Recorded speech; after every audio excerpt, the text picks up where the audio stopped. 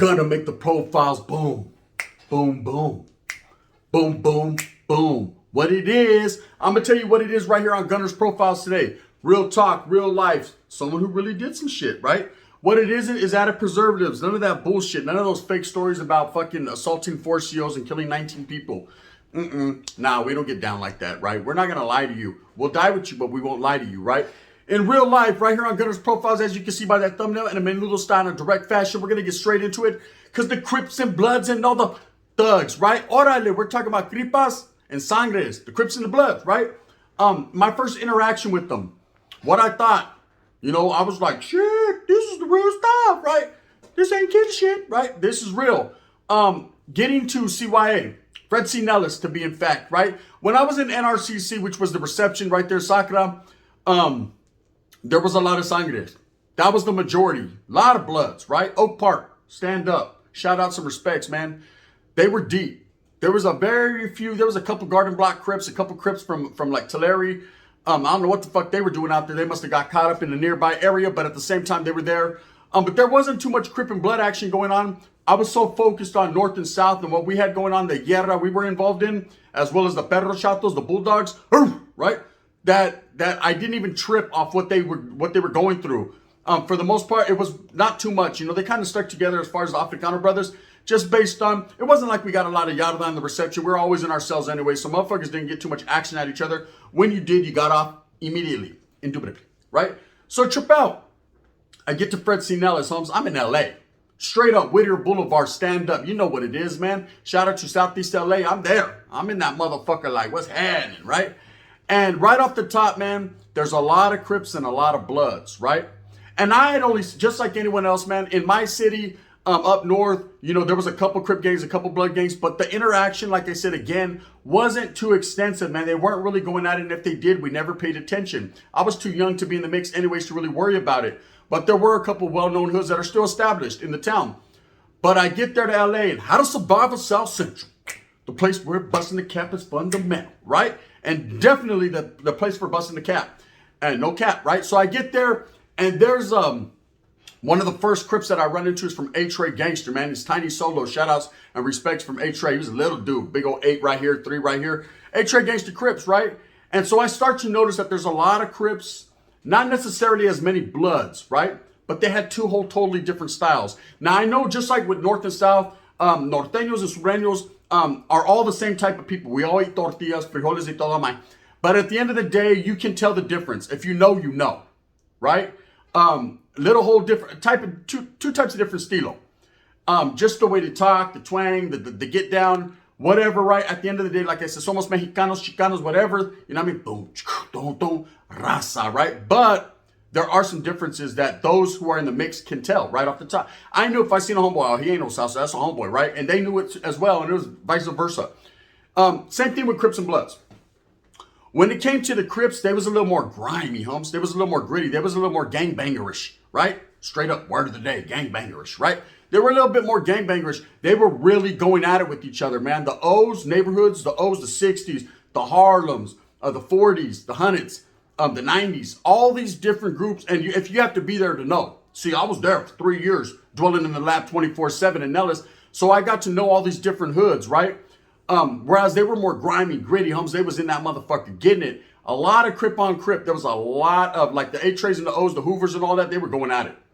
Right off the top. Motherfuckers, you be fighting the Southsider in the back of the Hammock Court. They be fighting another Crip in the back of the Hammock Court. Now, the Bloods weren't as deep. They weren't as deep. You'd get to a compa, say there's 73 men on this compa. 3 of them are Bloods, right? 20 blacks, meaning Crips. Maybe a couple of non-affiliates, and then the rest, Southsiders and a few Northerners. I'm gonna sprinkle us in. White guys, pretty much non-existent. If there was a few white guys, they was about that business. To be there, you had to be about that business. And that's just facts, right? A couple Asians, it is what it was. Now, as far as Crippin' and Bloodin' going at it back in them days, early 90s, yes, the gangbanging was real. But it was not as real as you think. Meaning, you automatically see colors and motherfuckers. You know what I mean? They're gangbanging. You see it, man. Rocket don't smoking, Rocket don't. Rocket wasn't busting the cap on the. He wasn't doing none of that, right? Like I said, for the most part, it was more Crip on Crip than anything when it came to the brothers, right? The Bloods stuck together. Solid. Didn't matter where they were from. If they were from Northern California, Southern California, Inglewood family, the Swans, the Pueblo Bishops. You know what I'm saying? There was a whole lot of different blood gang. Inglewood family, man. You had Bompton, Piru, all that. They were all together because, like I said, man, there wasn't very many of them. You know, now as far as the Norteño and the blood relationship, there was not that. For some reason, I don't know, you would think we both have red paños. We was waving the red rag, right? But for some reason or another, we just never clicked with them. They was on their fly shit. Whole bunch of DJ Quicks. Look, I remember, shout out to my boy Smiley Rule, right? It seemed like the Bloods were always on their fly shit, on their pimp shit, on their player shit. They seemed more like Bay Area cats to me. They reminded me of Bay Area cats. You know, they're on their turf politics, on their hood shit. But at the same time, homes are always trying to knock up your head. And that was what they're into, right? Whereas the Crips were into gangbanging, homes. They was into modern warfare, right? They were into some hood shit. We identified more with the Crips and we were cool with them. We didn't have no problems with the Sangres, with the Bloods, but at the same time, sometimes we gravitated more towards being cooler with the Crips just because it was like that. And about that time, it was 92, homes, is when CXIV was established in prison and then went out to YA. So there was a lot of Crip 14ers, meaning there was actual down fucking Crip. We're talking about 8 trays, 4 trays, townhomes. We talking 44 G's out of Stockton, all these different areas. They did identify with Norteños, man. Some of them even got CXIVs on them. I couldn't call it like an alcoholic, but I said, I fucking appreciate you helping me, man. Now, like I said, the Sangres, the Bloods, were doing their thing, though. You know, for having short numbers, there wasn't no suckers in no type of fashion, right? They would handle their business, and if it became a racial thing, if it became a brown and black thing, because like I said, sprinkle in the woods, but there wasn't too many in YA. You know, I'm speaking in YA terms here, not in prison. Prison's different. Brothers is together, and you best believe this. The brothers are strong, but the SA's the deepest, right? For the most part, like I said, CYA was gangbanging. And if it became a racial aspect, then of course all the brothers would get together, all the brown men would get together, and Sasuke Clash of the Titans. You know what I mean? Other than don't look at Medusa or you might turn to stone, right? It was just going down. But in a Menudo style, I will tell you this, I've seen some Bloods rock some motherfuckers, right? There was a few Blood and Crip issues, whereas I guess, you know, enemies from out there, man, someone killed their homeboy. And that's what it mostly was when it came to the gangbanging. Whereas in North and South homes, we were just hating each other just to hate each other. We didn't even know why the fuck we hated each other. We just knew right off the top, fuck you, I said no, fuck you, I said no, fuck you. You want to fuck me? No, I don't get that. That's lacra. Wrong channel, right? I don't do that shit. He wants me to fuck him too, and I don't want to. Anyway, so this is how it was. Now, when it came to the Bloods and the Crips, like I said, it had to be over some personal beef. Maybe someone shot their homeboy or whatever. And, you know, we'd hear about it. We weren't all in their business homes, but we'd watch the fight just like everyone else. For once, it wasn't us, you know, fighting. Because, you know, Mexicans up in that motherfucker, we was getting it daily. Straight up. That's facts. And the brothers, man, they would get it too, but not necessarily as much, man. They were more on peaceful terms. Now, you have to understand, I was there during the O.J. Simpson trial, during the riots in L.A. All that shit happened around the time that I was locked up. So there was a unity there. That's when the Bloods and the Crips started to form unity, meaning they were not together fucking kicking it, fucking singing Kumbaya. You know, we are family. Do you remember when we were down in September? They weren't doing none of that, homes, but at the same time, they weren't really tripping off one another. They was more on their black pride shit, right? Which was black power, which was cool. And the Mexicans, the essays, North and South, we was watching like, okay, don't let these brothers get too deep because we might have to get off what we're mad at, right? Division at its finest. It was ugly back then in the 90s. Everybody wanted to be that one. Kind of like clout chasing, only we didn't get clout, homes. We got sangre. So now, Crip and Blood issues, like I said, I've seen a lot of Crips going at it. Okay, and I've told the story before. I only had one issue ever. You know, when it came to the brothers, man. I mean, I had a few one-on-ones. That's no doubt. That's why. That's what's going to happen. I participated in a few melees where we didn't see eye to eye in the classrooms. You know what I mean? And that was that. But as far as like an issues with the Crips or the Bloods, I never did. And I never seen them have much of an issue, which always confused me because I always looked at, okay, we're North and South, red and blue, or whatever you want to call it. We weren't really color banging, but everyone identified how they identified. Whereas you had the Crips and Bloods, same trip, I thought, right? But it wasn't like that. It wasn't like that. The brothers stuck together more on some fucking peaceful shit. It was more of a numbers game for them. Whereas we were deep already, you know, well, we weren't. Southsiders were, right? So it was just like fucking homes, you know what I mean? Yerra at all times. You know what I mean? We could sacrifice, you know, and that's just what it was. Menudo style, you know, I'd sit here and I'd be a liar and a fat mouth if I sat here and bullshitted you guys and told you, oh, it was just all cool. We just all just got along. Nah, there was a lot of gangbanging. Now, I know in several places like Basel, YTS, otherwise, it was a little bit more racial. It seemed like if there was no Norteños present, the Southsiders' focus as well as the brothers' focus was on each other. Okay, and that's where you get the racial aspect, and that spilled out into the streets. And then, of course, you know, it's always been like that down south. Northern California is different. You know, every time there would be a Bay Area cat that rolled up, you know what I mean? The embracement was real. Hey, what's up, bro? You from the Bay? We're from Northern California. And it was all love.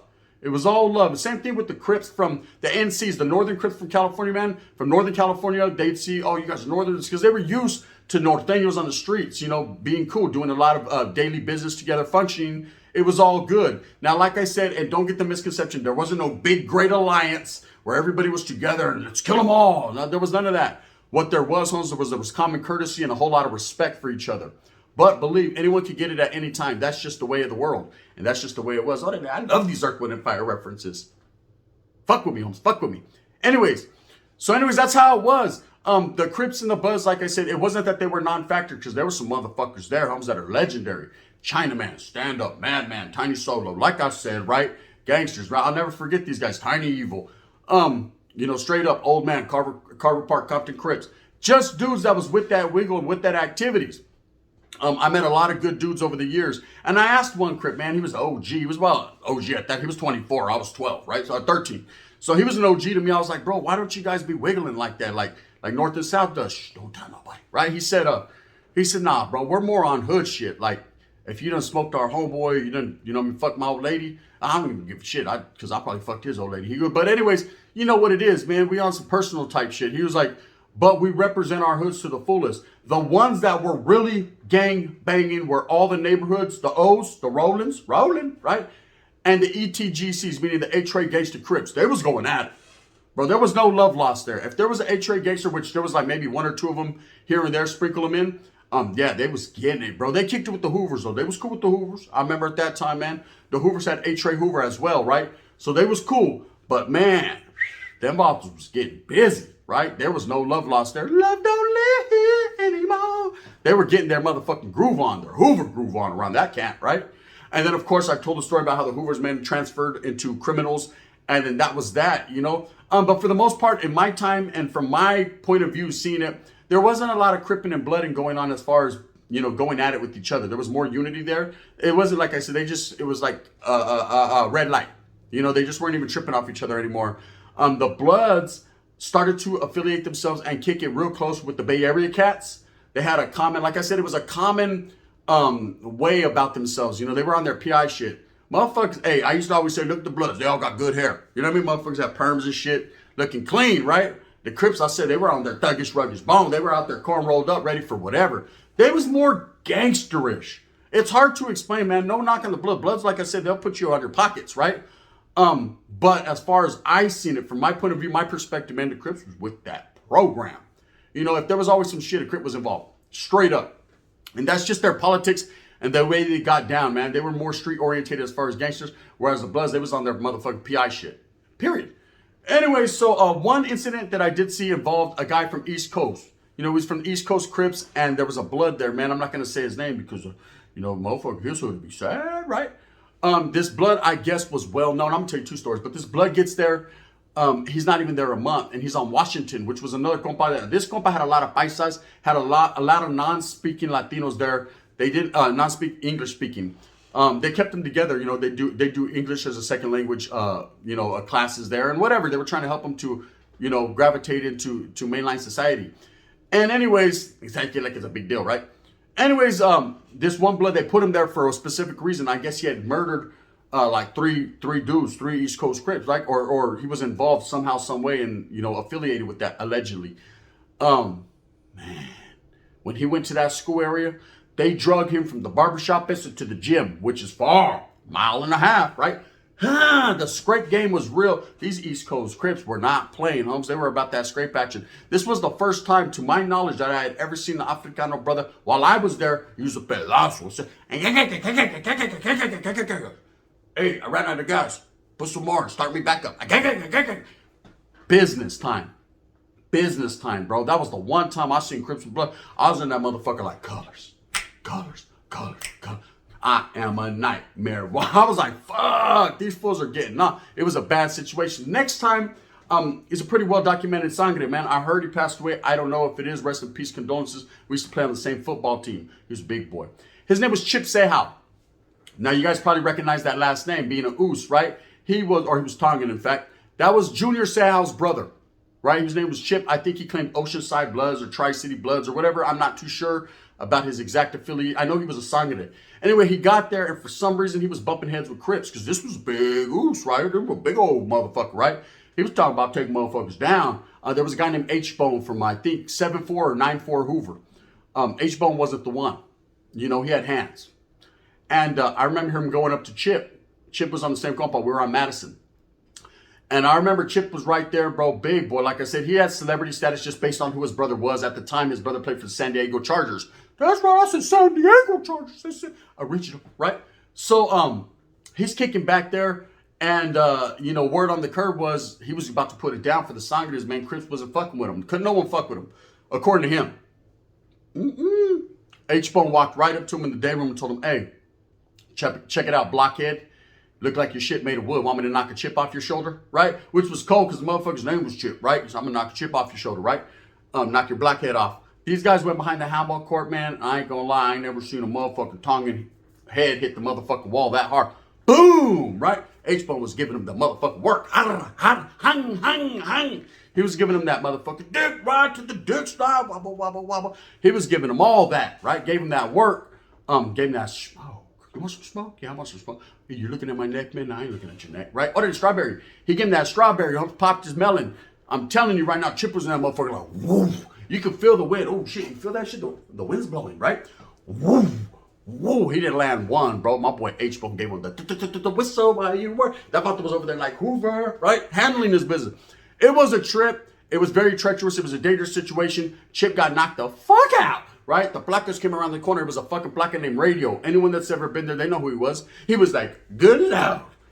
Shit done went crazy. He's like, now I got to do paperwork and the Saints lost? Bitch, I'm mad, right? He was a cold motherfucking CO.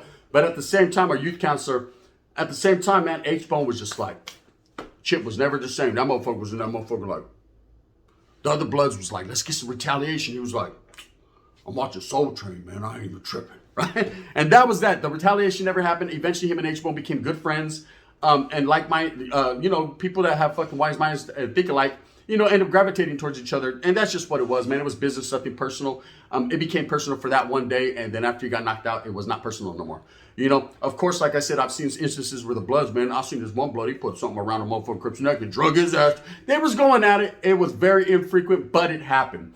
Anyways, that was just my perspective as a youngster. Going to prison was totally different, man. Like I said, we functioned as Norteños on the same side of the yard with the Crips and Bloods, man, and there was never no fucking, you know, no action. Everyone took care of their own. Everyone handled their own business. I never seen Crips and Bloods go at it. It was already way past the time of fucking peace treaties, truces, banging on waxes, and all kinds of that. Pirula. They wasn't doing that no more, you know what I mean? Crip. It was all good in the hood. Anyways, Pyru was good.